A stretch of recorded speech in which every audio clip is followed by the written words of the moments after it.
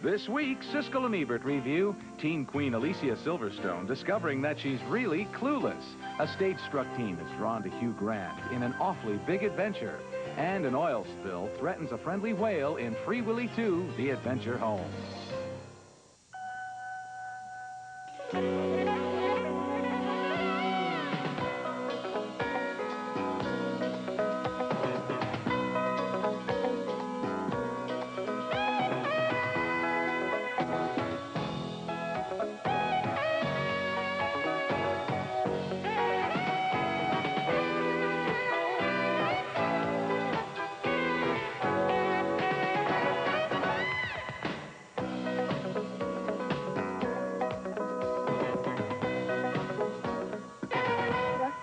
Do shake the darling buds of May, but thy eternal summer shall not fade. That, did you write that? That's like a famous quote. From where? Cliff's Notes. A spoiled but enterprising rich girl tries to make her way through high school and through life in Beverly Hills in the romantic comedy Clueless, starring Alicia Silverstone. It's one of 5 new films we'll be reviewing this week on Siskel and Ebert, along with the sequel to the smash hit Free Willy, and also a drama starring the actor of the moment, yes, Hugh Grant. I'm Gene Siskel of the Chicago Tribune. And I'm Roger Ebert of the Chicago Sun-Times. Our first movie is Clueless, and this is one of the funniest comedies of the year, a social satire about the little world of rich Beverly Hills teenagers with a terrific performance by Alicia Silverstone as Cher, the, totally self-centered 16-year-old daughter of a tough lawyer. Here she is with her best friend, played by Stacey Dash. Dion and I were both named after great singers of the past who now do infomercials. So? The shopping with Dr. Seuss? Well, at least I wouldn't skin a collie to make my backpack. Oh. Hello? There was a stop sign? I totally paused. Cher doesn't have a steady boyfriend and devotes herself to manipulating the lives of others until one day a cute kid turns up in class. He's played by Justin Walker, and she uses all of her wiles to win him. During the next few days, I did what any normal girl would do. I sent myself love letters and flowers and candy, just so he'd see how desired I was, in case he didn't already know. Cher lives in a mansion with her father and his stepson by another marriage. They don't go along with her teenage supermodel fantasies. You're not letting her go out like that, are you? Cher, get in here. What's up, Daddy? What the hell is that? A dress. Says who? Calvin Klein. It looks like underwear. Go upstairs and put something over it. The movie is merciless in this portrait of the lifestyles of Los Angeles kids with too much money and way too much vanity. Ms. Stoger, that machine is just a lawsuit waiting to happen. Thanks for the legal advice. Dion, you're up. Oh, no, Miss Stoger. I have a note from my tennis instructor, and he would prefer it if I didn't expose myself to any training that might derail his teaching. Fine. Amber? Miss Stoger, my plastic surgeon doesn't want me doing any activity where balls fly at my nose. Well, there goes your social life. Clueless is one of those movies that starts fast and never looks back. It has total confidence in its material. It knows the world it's putting on the screen and putting on. And it combines sharp satire with a good heart and a sweet story. In its own way, it dissects its culture as memorably as Wayne's World portrayed a completely different universe, except that the characters in both movies are, totally fascinated by themselves. The movie was written and directed by Amy Heckerling, who made Fast Times at Ridgemont High, and now has chalked up another high school generation. It's a pretty smart picture, and I think it gets smarter as it goes along. For example, you think the father character, who's a litigator, and he looks, he's played by Dan Hedaya in a wonderful performance and a beautifully written part. He looks like Robert Shapiro. Tough lawyer. And at first you're going to think, oh, this is easy satire. And then he turns out to be the smartest guy in the whole picture. In other words, writing comedy, you don't have to make the people dumb. That's right. Make them smart. This lawyer is on top of his kids all the time. Even this teenage girl is not dumb. She's very smart. The movie starts out, and my heart was sinking. Me too. By the images right at the beginning, and then her voice comes on and says, so, what is this, like a Noxema commercial? And then she goes on and tells you about her life, and you realize she has an angle on it, too. A very smart comedy. Okay, next movie, and it's called An Awfully Big Adventure, and it stars the actor everyone's talking about, Hugh Grant, in a surprisingly sad drama set in the theater world. It's from director Mike Newell, with whom Grant last worked on the smash comedy hit 4 Weddings and a Funeral. In An Awfully Big Adventure, Grant plays a regional theater director who has a controlling nature and a real mean streak. So the thing is, it's a very heavy season. And you're all going to have to work very, very hard. But you're all the very best people we could find, the length and breadth of the profession. Oh. For the money. Into his theater company comes an innocent young girl played by Georgina Cates. She will mature quickly as she encounters an assortment of war-torn souls. The film is set in Liverpool, England in the late 40s, but the war that most of the characters are fighting in this story is the battle for self-respect.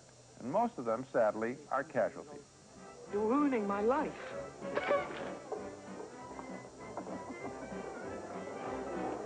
You can't force him to give you better parts. You mind your own business. You know nothing about it.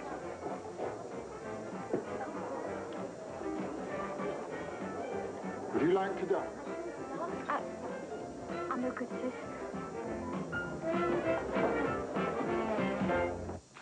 Hugh Grant shows signs of leaving his recent notoriety in the past by convincingly playing a more serious character here, a manipulator of men and women who is unlike his typical bashful self.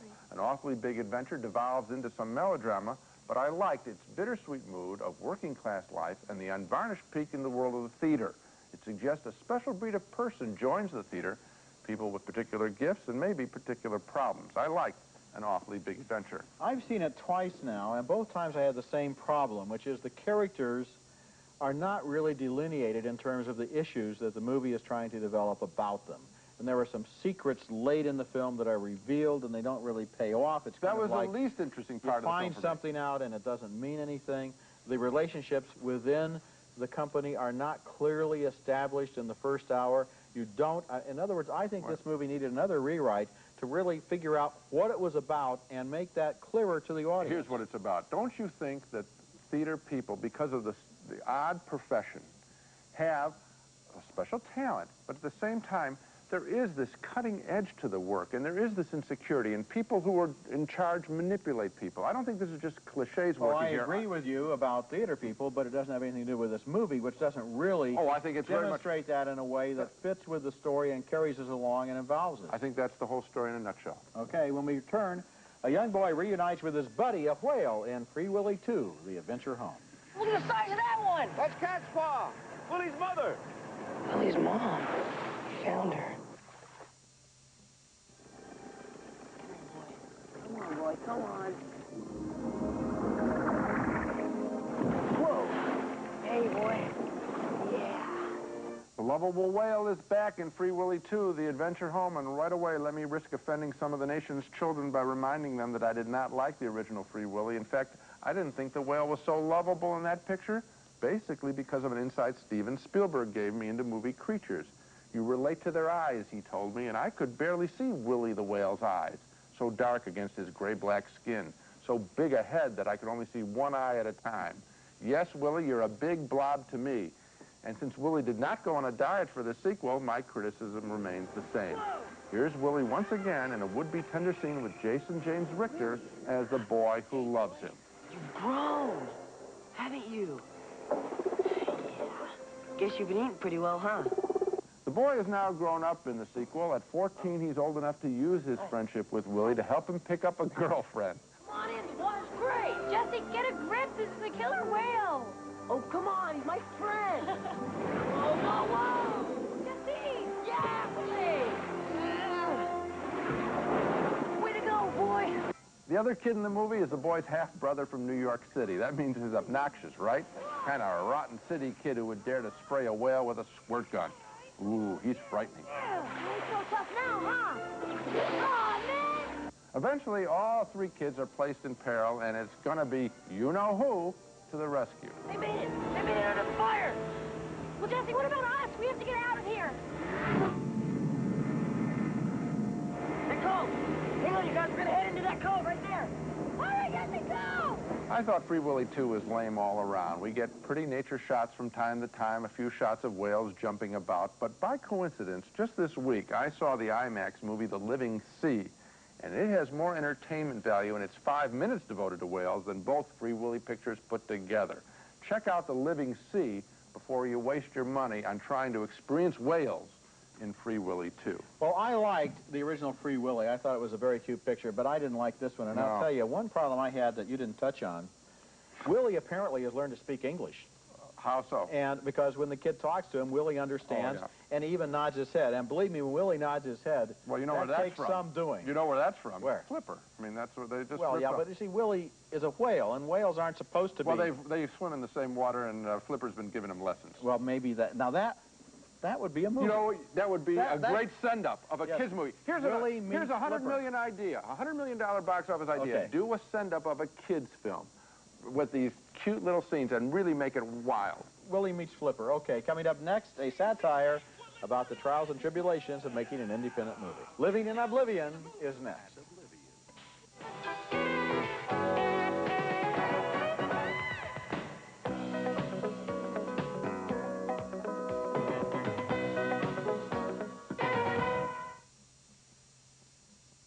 Have you ever had a dream with a dwarf in it? Do you know anyone who's had a dream with a dwarf in it? No!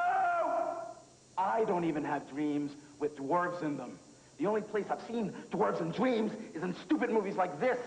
Anyone who has ever wondered what it's really like on the set of a low-budget independent movie, such as the one in that scene, will find our next movie of interest. Living in Oblivion is about the making of a movie, and it's been made by people who know the scene inside out. The director of the movie within the movie is played by Steve Buscemi, who has been in independent features by everybody from Scorsese and Jarmusch to Ferrara and Tarantino. And in this scene, he's having a very bad day. One of those days when everything goes wrong, starting with a hot young star who thinks he has it all figured out. I'm not into that Hostess Twinkie. Hostess Twinkie? Hollywood, man. You know, it's all fluff. These are the kind of films I want to be doing. Hey, thanks, man. Hey. I gotta say, I'm really glad you feel that way, and I'm excited to be working with you. Yeah, me too. You're a great director, man. Your films are totally whack. That's James LaGrosse there as the whacked-out star. Later, he and his co-star, played by Catherine Keener, have a lot of trouble getting even one scene right. The movie uses both black and white and color. I've always admired you from afar. Admired? Sounds rather professional. Well then, loved. How does that sound? Sounds like champagne. I've loved you from the moment we met. Why didn't you tell me?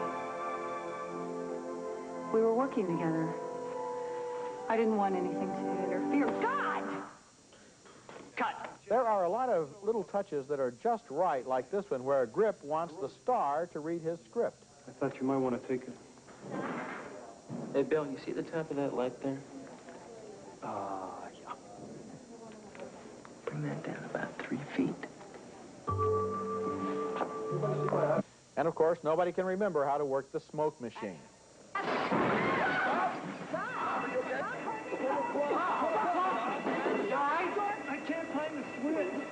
The movie was directed by Tom DiCillo, who also knows the independent world. He was a cinematographer for Jim Jarmusch, and then he directed Johnny Suede, starring Brad Pitt, who is not, he insists, the model for the egotistical young star of Living in Oblivion. Now, this is a good idea for a movie, and a lot of it does work, but the inspiration ends before the movie does. I was also not particularly fond of the idea of the dream sequences. It would have been better, maybe, to just go ahead and make a straightforward satire about the strange things that can happen on the set of a low-budget movie. I can't recommend Living in Oblivion except for people who are curious about the movie-making process, and they will like the inside view. But it does wear out its welcome pretty quickly. I think that if they had left the movie set, in other words, we have all these jokes about what can go wrong, then in the second half of the picture, take these characters out into another world. Then I think this picture would have startled you because you know where it's going, you know a lot of this stuff, and it was like an idea, and we'll throw together some scenes, but not a fully written script. Okay, coming up next, a controversial film from India about the infamous Bandit Queen. Poolan Devi is one of the most famous women in modern Indian history. Born as an illiterate, lower-caste girl from a small village, she defied two barriers, her sex and her social class, to become a folk hero as the leader of her own gang of bandits. Bandit Queen, which tells her story, is not an entertainment like Bonnie and Clyde, but a relentless indictment of a social system that allowed her at the age of 11 to be forcibly married to a man 3 times her age.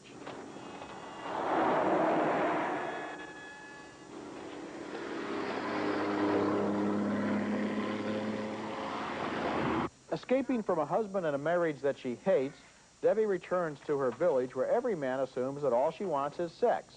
Played here by Seema Biswas, she is kidnapped by bandits, but in the gang she at last finds a man who respects her, a bandit named Vikram.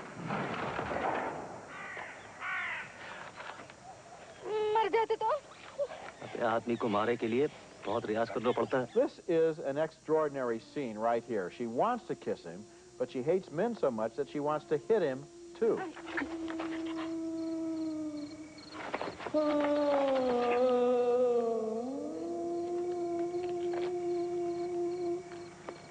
Debbie's gang dominated the headlines in India for years until finally in 1983 she was convinced to surrender in an event that turned into a celebration of her cult status.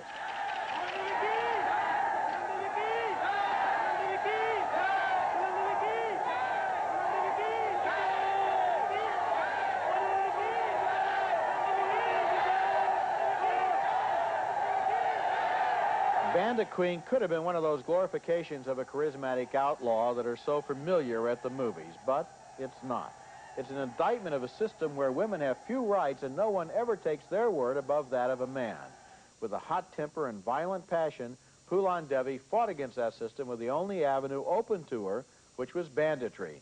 She became a national heroine because she struck a chord, especially with other women. This is an angry film and a fascinating one. Oh, it sure is. I mean, as we see national cinema develop, you're going to be finding people, particularly women, being pulled out of history and have their stories be told. It's happening all around the world. It's happening with this picture. And I agree with you. It's not a celebration of the bandit life. It really is an indictment of the struggles that forced her to be one. And so that makes it a much more interesting, straightforward picture. There's one interesting thing about the film. There's a lot of depiction of the way she was sexually mistreated by men in the film. The Indian censors have banned it. It can't be shown in India. And Poolan Devi herself has sued to keep it from being released because she's embarrassed by this depiction of what happened to her. So you see that a lot of people really don't want the truth to come out for various reasons. You know, that's surprising. I think she's not being authentic to her experience. That catches me totally by surprise. When we come back, a wonderful youthful romance that virtually no one went to see in theaters. Here's your second chance. Our video pick of the week is next. My video pick of the week is one of the best romances of the year so far, Before Sunrise. It never really caught on with a lot of the public. It didn't have big stars or a big advertising campaign behind it, but it was charming and truly romantic, telling the story of 2 college-age students who meet on a train in Europe, and in one of the great pickup scenes in movie history, Ethan Hawke takes a risk and approaches Julie Delpy just before his scheduled stop in Vienna. All I know is I have to catch an Austrian Airlines flight tomorrow morning at 9:30, and I don't really have enough money for a hotel, so I was just going to walk around, and it'd be a lot more fun if you came with me. And if I turn out to be some kind of psycho, you know, you just get on the next train. All right. Think of it like this. Jump ahead 10, 20 years, okay? And you're married.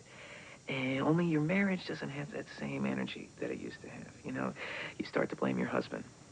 You start to think about all those guys you've met in your life and what might have happened if you picked up with one of them, right?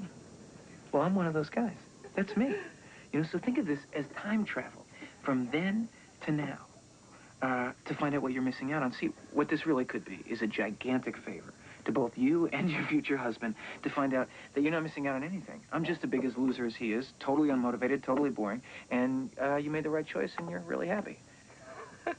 The two spend an enchanted day and night together, mostly just walking and talking, in a beautifully written script by director Richard Linklater.